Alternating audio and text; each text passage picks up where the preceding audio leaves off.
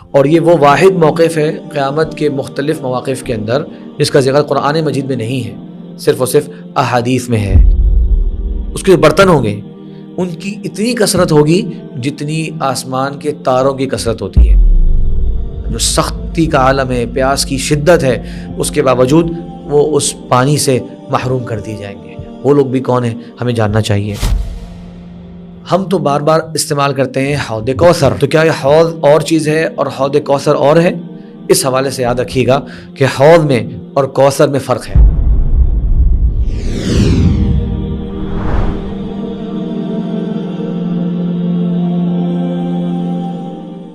بسم اللہ والحمد للہ والصلاة والسلام علی رسول اللہ وعلی آلہ وصحبہ ومن والا، اما بعد۔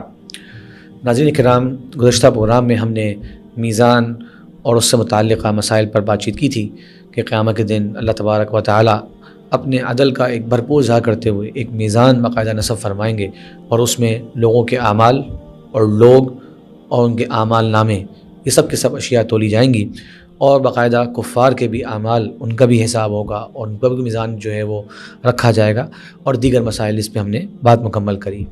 اگر ہم ترتیب قیامت کے دن کے اعمال کی سامنے رکھیں تو قبر سے اٹھائے جانے کے بعد میدان حشر کی سختی ہے، اس کے بعد اللہ تبارک و تعالیٰ کا نزول فرمانا ہے اور بندوں کو ان کے اعمال نامے تھمائے جانا ہے، اور اس کے بعد ان اعمال ناموں کا حساب و کتاب ہوگا، اور اس کے بعد اس حساب و کتاب کے بعد باقاعدہ وزن مقرر کیا جائے گا جس کے ذریعے ان کے اعمال نامے اور وہ خود اور وہ صحیفے سب تولے جائیں گے۔ میزان کے بعد کے جو مراحل ہیں اس میں ہے حوض، یعنی اہل ایمان ایک ایسی جگہ پہنچیں گے جہاں پر ایک بہت بڑا پانی کا ایک گڑھا ہوگا جس میں پانی جمع ہوگا۔ یہ حوض آپ صلی اللہ علیہ وسلم کی احادیث میں اس کا ذکر ملتا ہے تواتر کے ساتھ، اور یہ وہ واحد موقف ہے قیامت کے مختلف مواقف کے اندر جس کا ذکر قرآن مجید میں نہیں ہے، صرف اور صرف احادیث میں ہے، اور احادیث میں اتنی تعداد میں ہے کہ ابن حجر رحمہ اللہ کہتے ہیں کہ 50 کے قریب صحابہ کرام نے حوض کے بارے میں احادیث بیان کری، اور بلکہ بعض مصنفین سے یہ بات ذکر کرتے ہیں کہ کچھ نے ذکر کیا کہ 80 کے قریب صحابہ کرام نے اس کا ذکر فرمایا۔ تو یہ قیامت کے دن کی بڑی آسانیوں میں سے ہے۔ حوض کیا ہے کہ اس کے اندر ایک پانی جمع ہے جس کی کچھ خاص اوصاف ہیں جن کا ذکر ابھی ہم آگے کرتے ہیں۔ آپ صلی اللہ علیہ وسلم اس حوض پر موجود ہیں، اپنی امت کا آپ استقبال فرما رہے ہیں۔ وہاں پر ایک آسانی والا مرحلہ اہل ایمان کے لیے آئے گا کہ اب تک کی جتنی شدتیں اور تکلیفیں اور پریشانیوں سے وہ گزر کر آ رہے ہوں گے، اب اللہ تبارک و تعالیٰ میدان حشر میں ان کے لیے ایک آسانی کا بندوبست فرمائیں گے، اور وہ یہ کہ وہ ایک بہت بڑے حوض سے پانی پئیں گے۔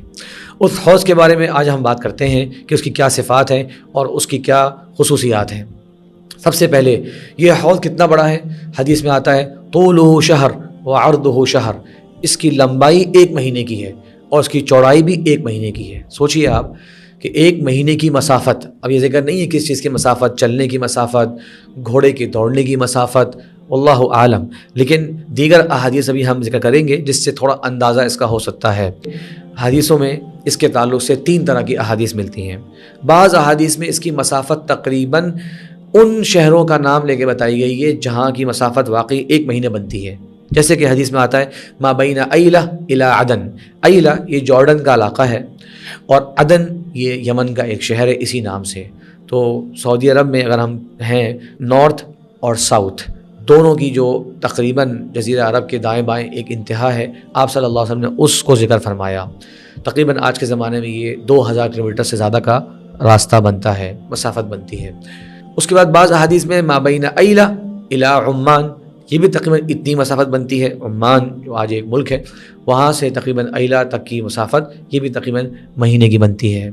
پھر کچھ احادیث میں اس سے کم مسافت کا ذکر ہے، جیسے کہ حدیث میں آتا ہے ما بین بیت المقدس الی مکہ، یہ تقریباً اس کی آدھی مسافت بنتی ہے۔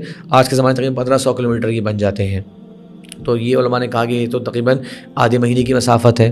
تو اس طرز کی بہت سی روایات ہیں، صحیح احادیث ہیں، ان میں تطبیق اس طرح دی گئی ہے کہ یا تو آپ صلی اللہ علیہ وسلم نے ایک تقریبی اندازہ بتانا چاہا صحابہ کرام کو، اور پھر ان شہروں کا نام لے لیا جس طرح کے لوگ آپ کے سامنے موجود ہیں۔ اگر اہل یمن کے لوگ موجود ہیں تو وہاں کے علاقے وہ سمجھتے ہیں، اگر اہل شام کے لوگ موجود ہیں تو وہاں کے علاقے وہ سمجھتے ہیں. آپ کے سامنے اگر آپ کے صحابہ کے نام موجود ہیں تو بیت المقدس اور مکہ ان کا کافی آنا جانا تھا مکہ والوں کا وہاں پر. تو آپ صلی اللہ علیہ وسلم نے ایک اس کا تقریبی اندازہ بتانا چاہا، نہ کہ بالکل اس کی جسے کہتے ہیں باریکی مسافت بیان کرنا چاہیے. ایک جواب تو یہ ہے. دوسرا جواب یہ ہے کہ یہ مسافت فرق ہو جاتا ہے کہ آپ کس پر طے کر رہے ہیں. گھوڑے پر طے کر رہے ہیں تو مسافت کم ہو جاتی ہے، اونٹ پر طے کر رہے ہیں تو مسافت گویا بڑھ جاتی ہے. تو آپ صلی اللہ علیہ وسلم کی احادیث کے اندر بھی یہ مختلف جو مسافتیں بیان ہوئی ہیں، گویا کہ اشارہ ہے کہ اگر آپ پیدل چل رہے ہوگے تو شاید یہ مہینہ ہو جائے، اگر آپ کسی تیز چلنے والے گھوڑے پر سوار ہو گئے یا اونٹ پر سوار ہو گئے اگر، تو یہ آدھا مہینہ بن جائے. بعض روایت کے اندر 3 راتوں کا ذکر بھی آ جاتا ہے، تو گویا شاید وہ کسی گھوڑے کی تیز رفتاری کی طرف اشارہ ہے. اس انداز سے اہل علم نے ان احادیث میں تطبیق دی ہے اور کوئی اس میں انشاءاللہ اعتراض والی بات نہیں ہے. اب آتے ہیں کہ اس پانی کی صفت کیا ہے، اور ذرا غور کیجئے کتنی تفصیل کے ساتھ آپ صلی اللہ علیہ وسلم نے اس حوض کی صفات بیان فرمائی. فرمایا آپ صلی اللہ علیہ وسلم نے ماؤہ اشد بیاضا من اللبن، اس کا پانی جو ہوگا وہ دودھ سے زیادہ سفید ہوگا. ہے وہ پانی لیکن وہ دودھ سے زیادہ سفید ہے. بعض روایت میں اشد بیاضا من الورق، یہ چاندی سے زیادہ اس کی جو ہے وہ سفیدی ہوگی. پھر فرمایا آپ صلی اللہ علیہ وسلم نے احلا من العسل، یہ شہد سے زیادہ میٹھا، شہد سے زیادہ لذت والا ہوگا. فرمایا کہ اس کی خوشبو جو ہے ریح المسک، وہ مشک کی خوشبو ہوگی. اسی طرح فرمایا آپ صلی اللہ علیہ وسلم نے ابرد من الثلج، یہ برف سے بھی زیادہ ٹھنڈا ہوگا. سوچیے کیسا تصور انسان کر رہا ہے اس پانی کا، کیا اس کی خوبصورتی ہے، کیا اس کی لذت ہے. اور فرمایا آپ صلی اللہ علیہ وسلم نے آنیتہ کعدد نجوم السماء، اس کے جو برتن ہوں گے وہ آسمان پر جو ستارے ہیں ان کی جتنی تعداد ہے اتنی تعداد میں اس کے برتن ہوں گے. اب بظاہر شہر کے لوگ اگر یہ بات سن رہے ہوں گے تو ان کو لگے گا یہ تو بہت تھوڑی تعداد کے اندر آسمان پر ستارے ہوتے ہیں. حقیقت بات یہ ہے کہ یہ ایک بڑی تعداد ہے. بعض آثار میں یہ تک ذکر ملتا ہے کہ یہ اتنی تعداد میں ہے جتنی تعداد کے اندر ریت کے ذرے ہیں. ذرا سوچیے آپ، تو اللہ تبارک و تعالیٰ بہتر جانتا ہے. تو خلاصہ یہ کہ یہ اتنی بڑی تعداد میں ہوں گے جتنی تعداد میں آسمان پر ستارے ہوتے ہیں.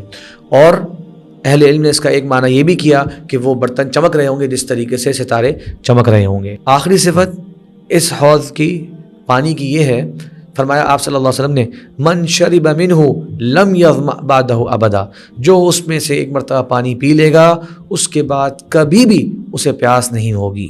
سوچئے اس کے بعد زندگی بھر ہے، اس کے بعد جنت کا ہمیشہ ہمیشہ کا عالم ہے، پیاس اس کی زندگی سے ختم ہو جائے گی، اس کے بعد کبھی بھی وہ شخص پیاسا نہیں رہے گا.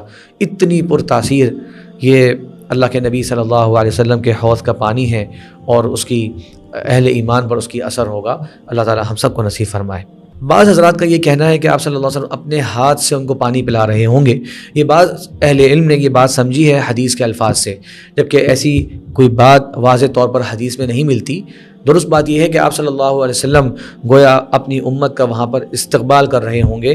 اس حوض کی نسبت آپ صلی اللہ علیہ وسلم کے ساتھ ہے، آپ وہاں پر خود موجود ہوں گے، گویا آپ اپنی امت کی ایک انداز سے میزبانی فرما رہے ہوں گے. ایسا نہیں ہے کہ ایک ایک شخص کو وہ آپ اپنے ہاتھ سے پانی پلا رہے ہوں گے. یہ بعض اہل علم کا فہم ہے، ورنہ حدیث کے اندر اس طرف وضاحت کے ساتھ کوئی مفہوم موجود نہیں ہے. اس کے بعد ایک اہم مسئلہ کہ اب تک میں نے حوض کا لفظ ذکر کیا، ہم تو بار بار استعمال کرتے ہیں حوض کوثر، تو کیا یہ حوض اور چیز ہے اور حوض کوثر اور ہے؟ اس حوالے سے یاد رکھیے گا کہ حوض میں اور کوثر میں فرق ہے. احادیث کی روشنی میں یہ بات واضح ہے کہ یہ دونوں الگ الگ اشیاء ہیں. کیا فرق ہے ان میں؟ پہلی بات کہ حوض یہ ارض محشر میں ہے، اور کوثر یہ جنت کی نہروں میں سے ایک نہر ہے. اللہ کے نبی صلی اللہ علیہ وسلم نے فرمایا کہ نہر فی الجنہ وعدنیہ ربی، یہ جنت کی ایک نہر ہے، میرے رب نے مجھ سے اس کا وعدہ کیا ہے. البتہ اس کا حوض کے ساتھ ایک تعلق ہے، اور وہ کیا کہ آپ صلی اللہ علیہ وسلم نے جب ذکر فرمایا اس حوض کا تو فرمایا کہ یسخب فیہ میزابان من الجنہ، اس میں 2 پرنالے گرتے ہیں جنت میں سے. اس کی وضاحت ایک اور روایت میں آتا ہے کہ جب اللہ کے نبی صلی اللہ علیہ وسلم نے نہر کوثر کا ذکر فرمایا تو پھر فرمایا یسیل فی حوضی، یہ وہ نہر ہے جو میرے حوض میں بھی گرتی ہے. تو گویا معلوم ہوا کہ 2 پرنالوں کے ذریعے اللہ تبارک و تعالی یہ نہر کوثر جو ایک نہر ہے، ایک ریور ہے، اس کا پانی اللہ تبارک و تعالیٰ اس حوض میں بھیجواتے ہیں۔ تو گویا مثال کے طور پہ اگر حوض نیچے ہے اور یہ نہر اوپر ہے تو اس کا اس سے تعلق یہ ہے کہ اس میں پانی اس نہر سے آ رہا ہے اور اہل حشر جو ہیں وہ اس جگہ پر ابھی اس پانی کو استعمال کر رہے ہیں۔ تو یہ دونوں کا فرق ذہن میں رہ گیا کہ احادیث میں اس کو الگ الگ اس طرح سے بیان کیا گیا ہے، البتہ دونوں کا لنک میں نے آپ کو بتا دیا۔ کیا کسی اور نبی کا بھی حوض ہے یا یہ خاص ہے آپ صلی اللہ علیہ وسلم کے ساتھ؟ اس تعلق سے اللہ کے نبی صلی اللہ علیہ وسلم کی ایک حدیث ہمیں ملتی ہے جامع ترمذی کے اندر۔ اہل علم کا اس میں مختلف آراء ہیں، بعض اس کو معتمد کہتے ہیں، بعض اس کو کمزور کہتے ہیں، علامہ البانی نے اس کو حسن کہا ہے۔ اس میں اللہ کے نبی صلی اللہ علیہ وسلم فرماتے ہیں کہ ہر نبی کا ایک حوض ہوگا، اور میں اللہ کی ذات سے امید کرتا ہوں کہ میرے حوض پر سب سے زیادہ تعداد کے اندر لوگ آ رہے ہوں گے، یعنی میری امت کے لوگ سب سے زیادہ بڑی تعداد میں اس حوض پر آئیں گے، کیونکہ آپ کی امت سب سے بڑی اور سب سے زیادہ تعداد والی امت ہے۔ اسی طریقے سے حوض کے حوالے سے ایک بڑی سخت بات بھی ذہن میں رکھیے، کچھ لوگ ہوں گے جو اس موقع پر بھی محروم کر دیے جائیں گے، جو سختی کا عالم ہے، پیاس کی شدت ہے، اس کے باوجود وہ اس پانی سے محروم کر دیے جائیں گے۔ وہ لوگ بھی کون ہیں ہمیں جاننا چاہیے۔ اس تعلق سے احادیث میں 3 کیٹیگری کے لوگ ذکر ہوتے ہیں۔ پہلی وہ لوگ جو دین اسلام چھوڑ بیٹھے تھے، حدیث میں آتا ہے کہ فرمایا انہم لا یزالون مرتدین، یہ آپ صلی اللہ علیہ وسلم کے بعد دین کو چھوڑ بیٹھے تھے، مرتد ہو چکے تھے۔ ہم اور آپ جانتے ہیں کہ تاریخ میں ملتا ہے کہ حضرت ابوبکر صدیق رضی اللہ عنہ نے ایسے لوگوں سے باقاعدہ قتال کیا، حرب المرتدین وہ کہلاتی ہے۔ تو یہ لوگ جو ہیں اللہ کے نبی صلی اللہ علیہ وسلم کے حوض سے دور کر دیے جائیں گے۔ دوسرا صحیح مسلم حدیث ہے انک لا تدری ما احدثوا بعدک، آپ نہیں جانتے کہ انہوں نے بعد میں کیا کیا کچھ کرنا شروع کر دیا تھا۔ تو یہ امت کے کچھ ایسے لوگ ہوں گے جنہوں نے دین کے اندر بڑی بڑی بدعات، دین کے اندر بڑے بڑے غلط نظریات ان کا ایجاد کیا ہوگا، ان کے سرغنہ ہوں گے، ایسے لوگ بھی اس حوض سے دور کر دیے جائیں گے۔ اور تیسری بات احادیث میں آتی ہے، جامع ترمذی مسند احمد میں حدیث ہے کہ اللہ کے نبی صلی اللہ علیہ وسلم نے فرمایا کہ بعد میں ایسے کچھ امراء ہوں گے جو ظلم کریں گے، تم ان کے ظلم میں ان کا ساتھ مت دینا اور ان کی باتوں کی تصدیق نہ کرنا، بس جس نے ان کے ظلم میں ان کا ساتھ دیا اور ان کی باتوں کی تصدیق کری لن یرد علی الحوض، وہ میرے حوض پر نہیں آ سکے گا۔ تو یہ مختلف صحابہ کے نام سے یہ حدیث بھی مروی ہے۔ تو یہ 3 کیٹیگری کے لوگ ہیں جو حوض سے دور کر دیے جائیں گے۔ آخری بات اس تعلق سے یہ ہے کہ آپ صلی اللہ علیہ وسلم کی احادیث میں یہ ملتا ہے کہ یہ حوض اس وقت بھی موجود ہے، اس وقت بھی موجود ہے۔ فرمایا آپ صلی اللہ علیہ وسلم نے انی واللہ ارى حوضی الان، میں اللہ کی قسم اس وقت اپنے حوض کو دیکھ رہا ہوں۔ تو یہ جس طرح سے اللہ تبارک و تعالیٰ نے جنت بنائی ہے، جہنم بنائی ہے، آپ صلی اللہ علیہ وسلم کو معراج کے موقع میں وہ دکھائی بھی گئی، اسی طریقے سے یہ حوض اس وقت بھی موجود ہے۔